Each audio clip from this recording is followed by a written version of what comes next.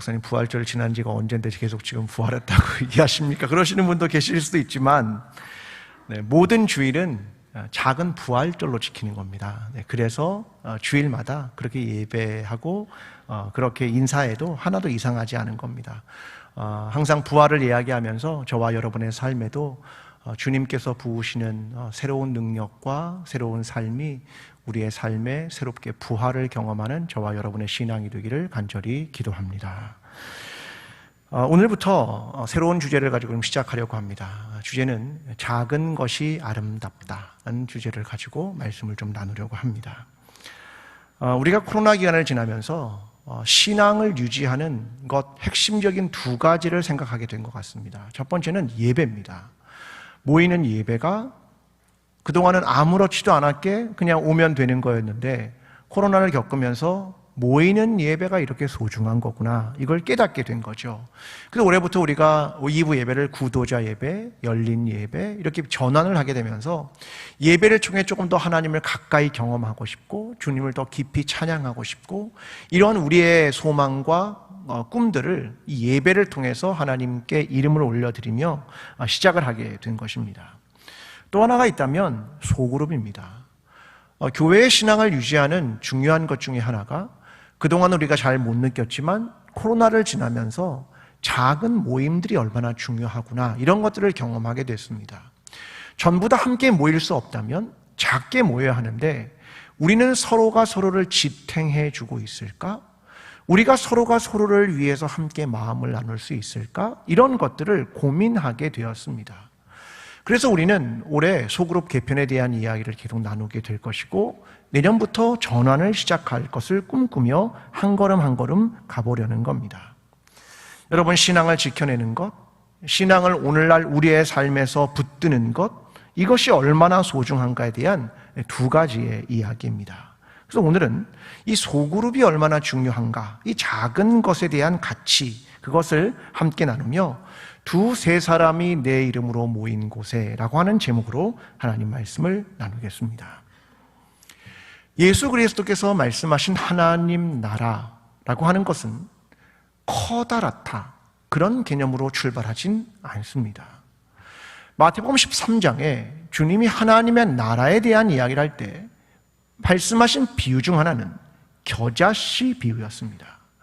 겨자씨 하나를 심었다. 그랬더니 그것이 자라 새들이 깃들 만한 커다란 나무가 되었다. 그 이야기를 하나님 나라의 비유로 설명하셨습니다.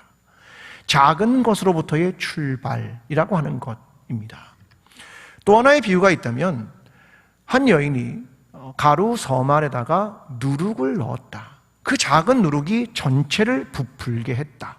이런 얘기를 하시면서 하나님 나라는 작은 것으로부터 출발하는 하나님의 나라를 주님 말씀하십니다. 오늘 본문도 다르지 않습니다. 두세 사람이 내 이름으로 모인 곳에 내가 너희 중에 있느니라. 두 사람이 함께 합심하여 기도하면 내가 그들의 기도를 듣고 이룰 것이다. 이 얘기를 오늘 우리에게 들려주고 있습니다.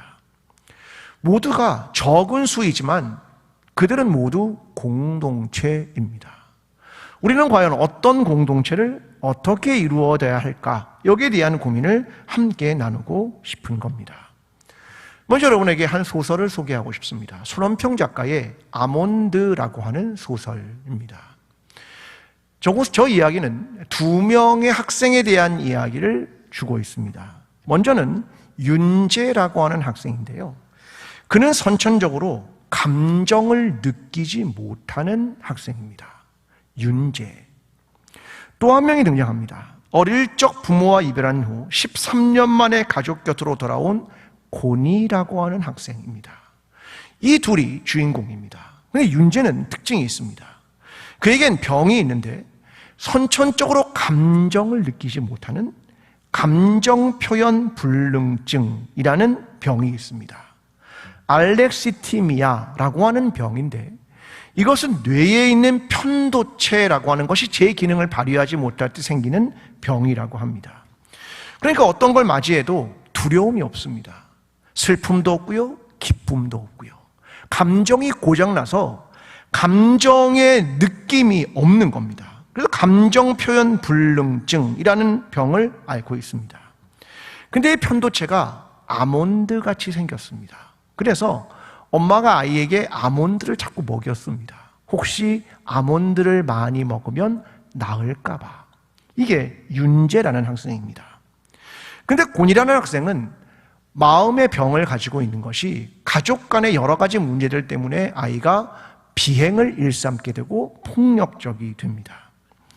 근데 곤이라는 학생이 윤재를 괴롭힙니다. 근데 문제는 괴롭힘을 당하는 윤재가 아무런 감정을 느끼지 못하는 겁니다. 그러다가 이 아이들 둘이 어느 날 어떤 사건을 계기로 만나게 돼서 이런 이야기를 곤이가 윤재에게 하게 됩니다. 내가 널 그동안 왜 찾아간 줄 알아? 적어도 넌 다른 사람들처럼 날 쉽게 판단하지 않더라고. 내 별난 머리 덕에.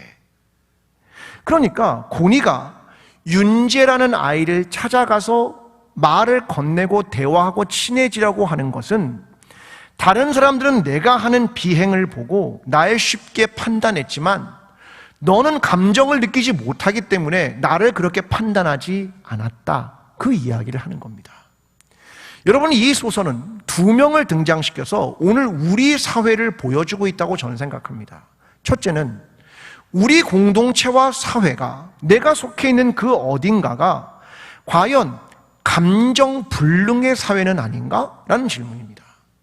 어떤 일이 있어도 기뻐하지도 않고 슬퍼하지도 않고 분노하지도 않고 두려움도 없고 감정 불능의 사회를 살아가는 이 사회를 보여주고 있는 단면입니다.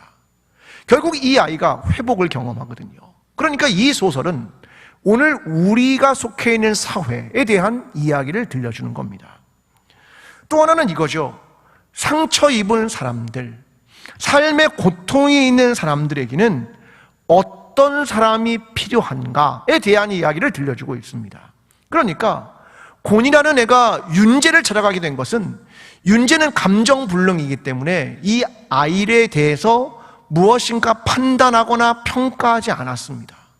그랬기 때문에 이 아이와 대화를 시작할 수 있었다. 그 얘기를 하는 거거든요. 그러니까 내가 속한 모임과 공동체에 두 가지를 생각해야 한다는 거죠. 하나는 뭐냐면 우리는 감정불능은 아닌가라는 걸 하나 생각하는 것이고, 또 하나는 내가 다른 사람에 대해서 비판하거나 판단하는 것이 내 안에 있는 것은 아닌가? 이것을 생각해 보자 하는 것이 이 소설이 보여주고 있는 의미라고 생각합니다. 교회는 공동체죠. 공동체는 과연 어떤 공동체를 만들어 가야 할까? 우리는 어떤 마음이 있고 어떤 경청이 있고 어떤 감정이 있고 어떤 의지가 있고 어떤 노력이 있는가? 우리가 꿈꾸는 공동체는 과연 무엇인가? 이것에 대한 이야기를 우리가 함께 생각해 보면 좋을 것 같습니다. 자, 먼저 작은 것의 가치에 대한 이야기를 나눕니다. 자, 오늘 본문 18절과 19절에 이런 표현들이 있습니다. 진실로 너희에게 이르노니, 19절은 진실로 다시 너희에게 이르노니. 자, 예수님은 이런 표현들을 많이 썼습니다. 진실로 진실로 너희에게 이르노니. 이 말은 강조하는 겁니다. 이거 기억해야 돼. 그 말씀이죠. 자, 그러면 어떤 이야기를 들려주고 싶었을까? 19절이 이렇게 말합니다. 너희 중에 두 사람이 땅에서 합심하여 무엇이든지 구하면. 자, 몇 사람입니까? 두 사람. 몇 사람이요? 두 사람입니다. 20절, 두세 사람이 내 이름으로 모인 곳에는 몇 사람입니까? 두세 사람이라고 말합니다. 여러분, 2명과 3명이란 한 사람의 개인이라는 숫자를 간신히 벗어난 숫자, 굉장히 작은 숫자입니다. 우리는 그 작은 수에 대한 가치를 아는 게 굉장히 중요합니다. 제가 예전에 여러분에게 이런 얘기를 드린 적이 있죠. 제가 예전에 해병대 군목으로 있을 때 새벽 예배를 인도했는데요. 1년 동안 딱 한 명 놓고 새벽 예배를 인도했습니다. 한 명. 그런데 어느 날 누군가 마음이 생겨서 새벽 예배를 나오면 2명이 되는 겁니다. 제 마음이 어땠는지 아십니까? 너무 기뻤죠. 왜요? 몇 프로 성장입니까? 200%. 야, 놀랍습니다.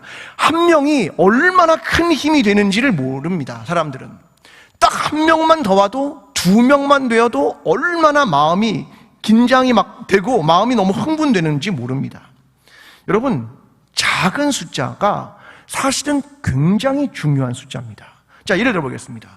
예수님이 온 세상에 복음을 전하기 위해서 제자들을 택했죠. 몇 명 택했습니까? 12명. 그러면 온 세상 가운데 12명은 많은 수입니까? 적은 수입니까? 대단히 적은 수입니다. 12명이거든요. 여러분, 예수님은 그 자금의 가치에 대한 이야기를 끊임없이 들려주는 겁니다. 얘기해 볼까요? 자, 구약을 대표하는 인물 2명을 꼽으라면 누구를 꼽을 수 있겠습니까? 하나는 모세, 또 하나는 엘리야입니다. 변화산상에 예수님 앞에 함께 나타났던 2명이 있었죠. 누굽니까? 모세, 엘리야입니다. 이 둘은 구약을 대표하는 인물입니다. 그러면 이 위대한 인물들, 엄청난 선지자들이 있는데 그들의 삶의 자리로 가보면 자금이 보입니다. 자, 민족을 구원한 모세의 소명의 자리로 가면 보입니다. 자, 출애굽기 3장 3절과 4절에 이렇게 말합니다. 이에 모세가 이르되 내가 돌이켜 가서 이 큰 광경을 보리라. 떨기나무가 어찌하여 타지 아니하는고 하니 그때에 여호와께서 그가 보려고 돌이켜 오는 것을 보신지라. 하나님이 떨기나무 가운데서 그를 불러 이르시되 모세야 모세야 하시매 그가 이르되 내가 여기 있나이다. 이 모세라는 위대한 선지자를 하나님이 부르실 때 사용한 나무가 뭡니까? 떨기나무. 떨기나무 좀 보여드리겠습니다. 저기 떨기나무입니다. 굉장하죠? 엄청 큽니까? 뭐 나뭇잎이 엄청 많습니까? 아닙니다. 저게 떨기나무입니다. 광야에 그런 나무가 어디 있겠습니까? 저런 떨기나무에 불이 붙었는데 타지 않은 겁니다. 떨기나무는 키 작은 가시덤불입니다. 이 나무는 세네 이렇게 부릅니다. 히브리어로. 이건 연약하다 이런 뜻입니다. 그 위대한 선지자 모세, 민족을 구원한 모세의 부름받음에는 저 떨기나무 한 그루가 있었습니다. 엘리야를 볼까요? 또 하나의 나무가 등장합니다. 열왕기상 19장 5절입니다. 로뎀나무 아래에 누워 자더니 천사가 그를 어루만지며 그에게 이르되 일어나서 먹으라 하는지라.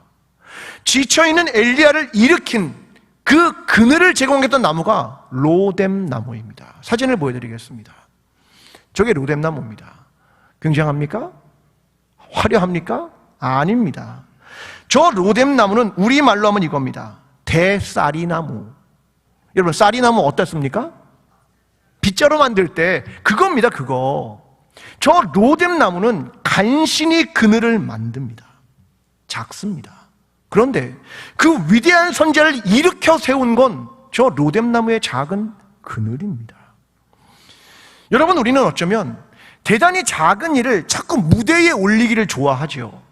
예를 들면 마리아가 부활의 주님을 만났습니다. 자, 그건 모든 사람이 보는 엄청난 일이었을까? 아니요. 그냥 그가 무덤에 찾아가고 부활의 주님을 만난 사건이죠. 대단히 개인적이고 작은 곳에서 일어난 일일 수도 있습니다. 우리는 그것을 이야기할 때마다 너무 크게 이야기하니까 내가 너무 확대하는가? 이런 생각이 들 만큼 작은 이야기란 말입니다. 하나님은 그 작은 이야기를 통해 하나님의 위대한 일을 시작하게 된다라고 하는 것입니다. 우리는 그 작은 것의 소중함을 잊어서는 안 된다는 겁니다. 시편 131편 1절이 이렇게 말합니다. 여호와여, 내 마음이 교만하지 아니하고 내 눈이 오만하지 아니하오며 내가 큰 일과 감당하지 못할 놀라운 일을 하려고 힘쓰지 아니하나이다. 저 시편 기자가 하는 말이 뭡니까? 내가 거대한 일, 큰 일, 그걸 기대했다는 거죠. 교만, 오만이었습니다. 내가 하나님 앞에 큰 일과 놀라운 일을 하려고 힘쓰지 않겠습니다. 그 얘기를 하고 있는 겁니다. 여러분, 우리는요, 정말로 주님이 원하시는 그 가치가 어디 있는가를 알아야 하는 거죠. 중요한 것은 한 사람이 세워지는 것, 한 사람이 위로를 얻는 것, 그 한 사람에게 힘이 되어주는 것, 그 한 사람의 가치를 놓쳐서는 안 된다는 겁니다.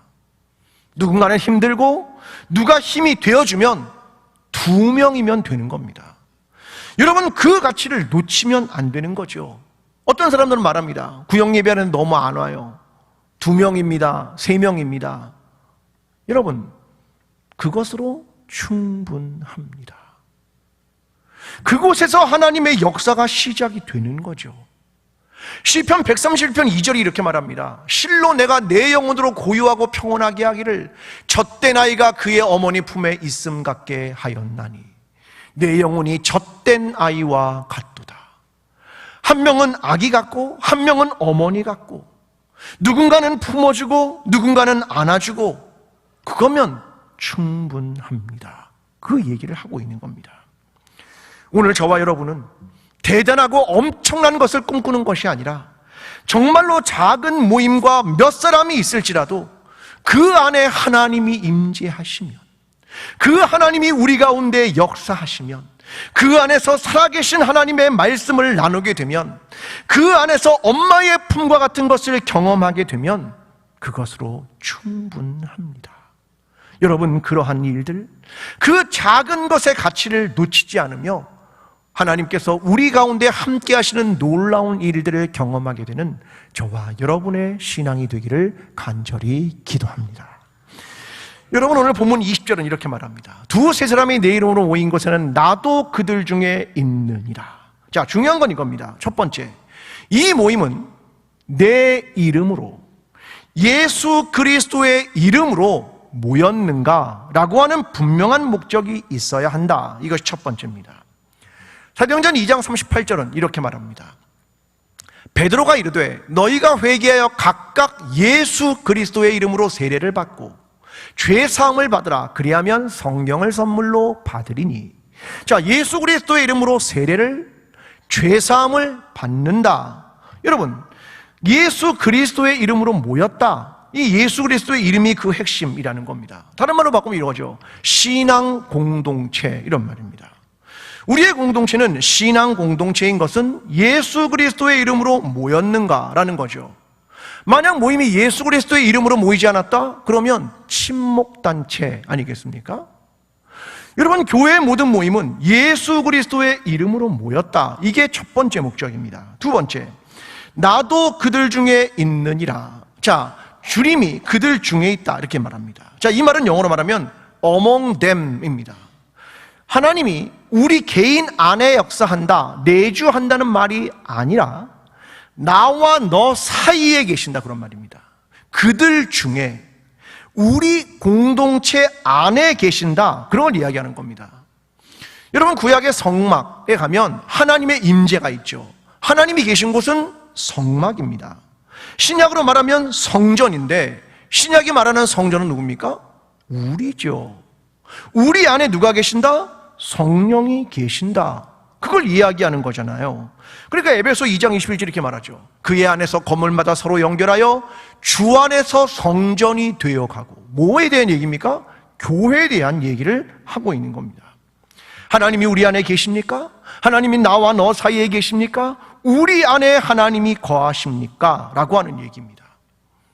그런데 생각보다 쉽지 않습니다. 성경은 처음부터 그 이야기를 들려줍니다. 아담과 하와로부터. 과연 그 둘이 하나 될 수 있을까? 그들은 선악과를 먹으면서 둘 사이에 틈이 벌어집니다. 그때 하나님이 물었죠, 아담에게. 너 왜 선악과 먹었니?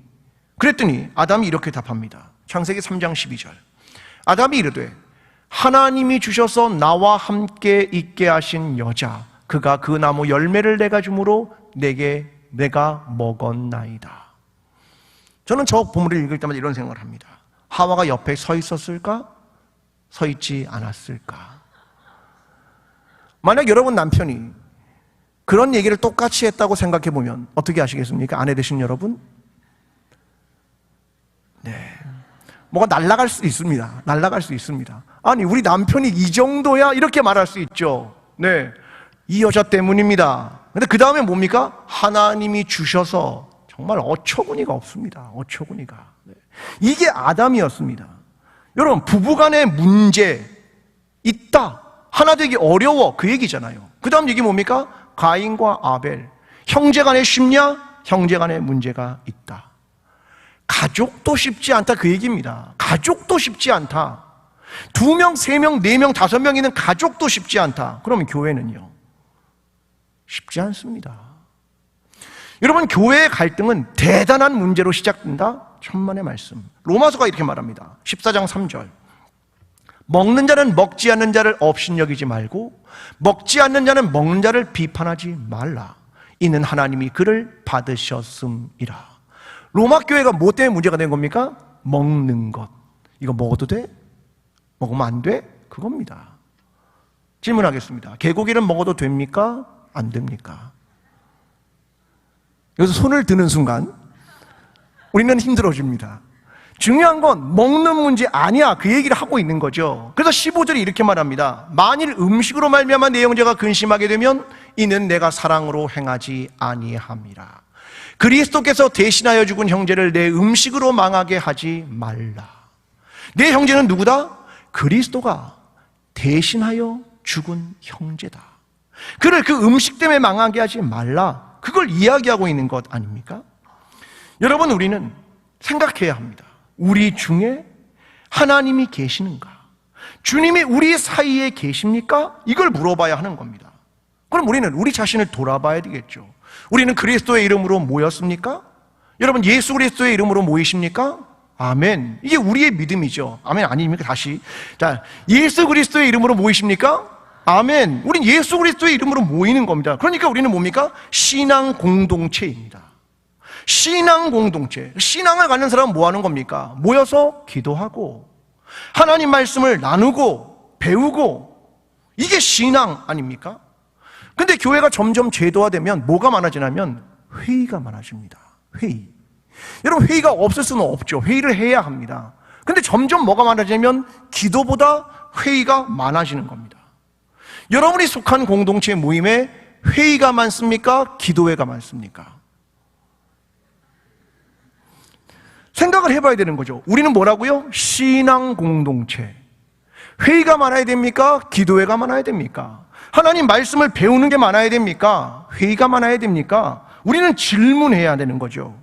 우리의 나눔은 회의의 안건입니까? 예수 그리스도 살아계신 그분이 역사하신 삶의 이야기를 나눠야 되는 겁니까? 이걸 질문해 봐야 한다는 겁니다. 왜 구역이 중요하냐? 소그룹이 중요하냐? 그것은 역전시키는 힘입니다. 소그룹, 구역은 모여서 하면 뭐합니까? 기도하고 서로의 기도 제목을 나누고 서로를 위로하고 주의 말씀을 나누고 서로의 아픔을 공감하고 역사하신 그리스도의 일을 나누지 않습니까? 그래서 구역이 중요한 겁니다. 제도 교회가 신앙 공동체로 전환하려면 이 방법밖에 없기 때문에 그렇습니다. 여러분, 코로나가 마치고 처음에 로뎀나무 모임을 정말 3년 만에 다시 시작을 했습니다. 그랬더니 사람들은 열심히 모였습니다. 근데 한 번, 두 번, 세 번 모이면서 점점 안 모입니다. 이게 지극히 정상적입니다. 그래서 성경이 뭐라고 말하냐면 이렇게 말하는 거죠. 모이기에 힘쓰라. 여러분, 힘쓰지 않고 되는 일이 있습니까? 노력하지 않고 쉽게 되는 일이 있습니까? 아니요. 모이는 것 마찬가지입니다. 나의 신앙을 위해, 너의 신앙을 지키기 위해, 우리가 신앙 공동체가 되기 위해 여러분, 우선순위를 바꾸십시오. 이제는 우리가 예배가 우선이고 모이는 게 우선이고 구역에서 함께 신앙을 나누고 서로를 위로하고 기도하는 것이 우리가 중심이 되어야 하는 것으로 순위를 전환해야 합니다. 오늘 저와 여러분이 모이기에 힘쓰십시오. 내 신앙을 위해, 저 사람의 신앙을 위해 기도하기 위해, 우리가 함께 위로하고 격려하기 위해, 우리를 위해 십자가를 지시고 부활하신 그분의 이름을 높여드리기 위해 우리가 하나님 앞에 이 모이는 일들을 힘쓰며 우리가 신앙 공동체임을 확인하고 그것을 증거하는 저와 여러분의 신앙이 되기를 간절히 기도합니다. 오늘 보면 19절에 이렇게 말합니다. 너희 중에 두 사람이 땅에서 합심하여 무엇이든지 구하면 하늘에 계신 내 아버지께서 그들을 위하여 이루게 하시리라. 합심해라 얘기죠. 그러면 합심하여 기도하면 아버지가 이루신다 그 얘기죠.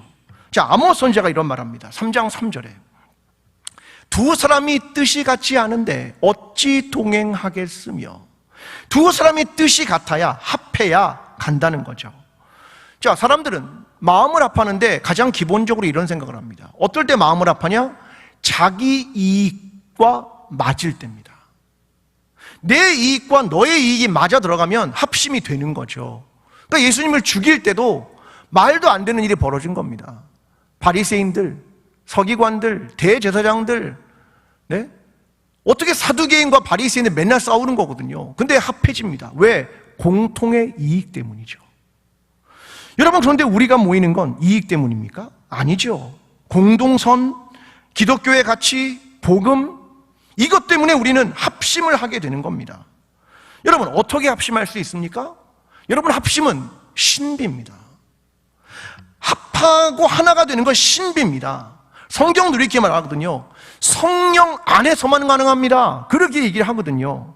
에베소 2장 22절 이렇게 말합니다. 너희도 성령 안에서 하나님이 거하실 처소가 되게 하여 그리스도 예수 안에서 함께 지어져 가느니라. 합심하는 거요? 방법을 찾고 싶으십니까? 하나입니다. 성령 안에 계십시오. 여러분, 이게 합심하는 방법이라고 우리에게 설명합니다. 여러분, 성령 안에 있으면 너희가 함께 지어져 간다고 이야기하죠. 요한복음 14장 20절 말합니다. 그날에는 내가 아버지 안에, 너희가 내 안에, 내가 너희 안에 있는 것을 너희가 알리라. 하나 되는 것입니다. 서로 안에 있다. 요한복음 15장 7절은 말합니다. 너희가 내 안에 거하고 내 말이 너희 안에 거하면 무엇이든지 원하는 대로 구하라. 그리하면 이루리라. 여러분, 이야기는 이겁니다. 주님 안에 있으십시오. 하나님의 말씀 안에 거하십시오. 성령 안에 거하십시오. 함께 내주하시는 분과 하십시오. 함께 살아가십시오. 다른 방법 어떤 걸 찾으십니까? 없습니다. 성령 안에. 그리고 합심하여 해야 되는 건 뭐냐면 기도하는 거죠. 그럼 어디로 나와야 됩니까? 기도의 자리로 나오셔야죠. 어디 나가시는 겁니까? 기도의 자리로 와야 된다 얘기를 하고 있는 것 아닙니까? 여러분, 사람들은 겉으로는 문제가 없는 것처럼 보이는 가족들 많습니다. 그런데 이런 가족이 있다고 하더라고요. 아무런 문제가 없는 것처럼 보이는데 속은 텅 빈 조개 껍데기 같은 가족을 공패 가족 이렇게 부른답니다. 문제가 없는 것처럼 보이는데 속이 비어있죠. 어떤 가족은 바퀴벌레 가족이라고도 하더라고요. 집 현관문이 열리는 소리만 들려도 바퀴벌레들이 일제히 흩어지는 것처럼 각자 방으로 뿔뿔이 흩어져가는 가족, 바퀴벌레 가족. 어떤 가족은 경청, 인정하는 거 없고 무시하고 비난이 난무하는 대화 자체를 꺼리는 불통 가족. 가족은 2명, 3명, 4명만 돼도 아슬아슬합니다. 가족 안에 부부 갈등, 고부 갈등, 장서 갈등 합심하기 어렵습니다.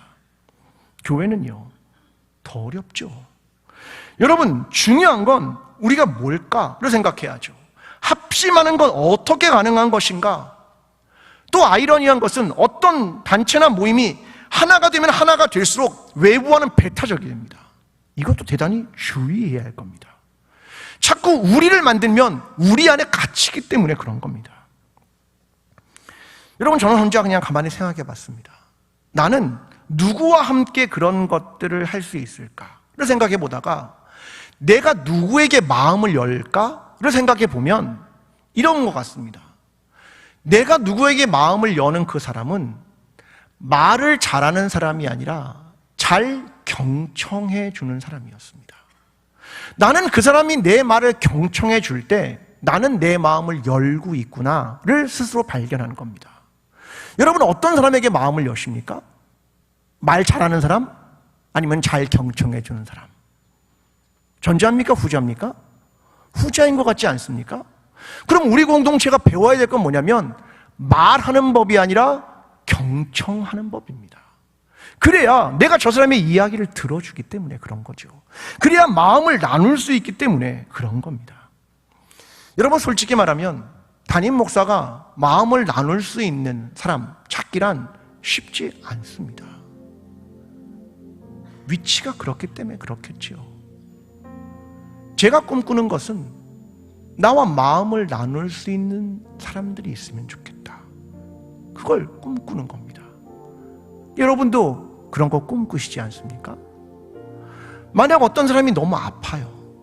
너무 힘듭니다. 그 사람이 꿈꾸는 건 뭐냐면 내가 내 마음을 털어놓고 내 기도의 제목을 나누고 그를 위해 기도해주는 그 한 사람, 그를 바라는 겁니다. 거창하지 않아도, 대단하지 않아도 괜찮습니다. 여러분, 그리스도의 공동체는 그렇게 마음을 나누고 함께 기도해주는 신앙 공동체가 교회입니다. 주님은 약속하십니다. 내가 그들 중에 있겠다. 이것이 주의 약속입니다. 우리 모두가 그 작은 것의 아름다움을 잊지 않고 그 작은 모임 중에 동행하시는 하나님, 임재하신다고 약속하신 그 주님을 기억하며 나는 누군가를 위한 그 한 사람이 되어주므로 우리의 작은 공동체 안에 계신 우리 주님을 만나며 우리가 그러한 신앙 공동체로 변해가는 저와 여러분이 섬기는 광주제일교회가 되기를 간절히 축원합니다. 사랑하는 광주제일교회 성도 여러분, 홀로 신앙을 유지하기는 참 어렵습니다. 두세 사람이 함께 모여 서로를 지탱해주고 기도해주는 신앙의 동역자가 필요합니다. 이것이 교회입니다. 모일 때마다 주의 이름으로 모이십시오. 그리고 합심하여 기도하십시오. 모임 중에 주님이 계신다는 것을 잊지 마십시오. 그렇게 신앙을 지키며 모이기에 힘쓰십시오. 우리의 부활의 주님께서 그 모임 중에 여러분과 함께 하실 것입니다. 이제는 우리를 위해 십자가를 지시고 부활하신 예수 그리스도의 은혜와 하나님 아버지의 사랑과 성령님의 동행하심이 예수 그리스도의 이름으로 모이며 마음을 합하여 기도하며 모이기에 힘쓰기를 소원하는 모든 성도들의 삶 위에 신앙 공동체로 매일매일 거듭나기를 소원하는 광주제일교회 위에 평화를 갈망하는 나라와 민족 위에 지금부터 영원까지 함께 하시기를 간절히 축원하옵나이다. 아멘.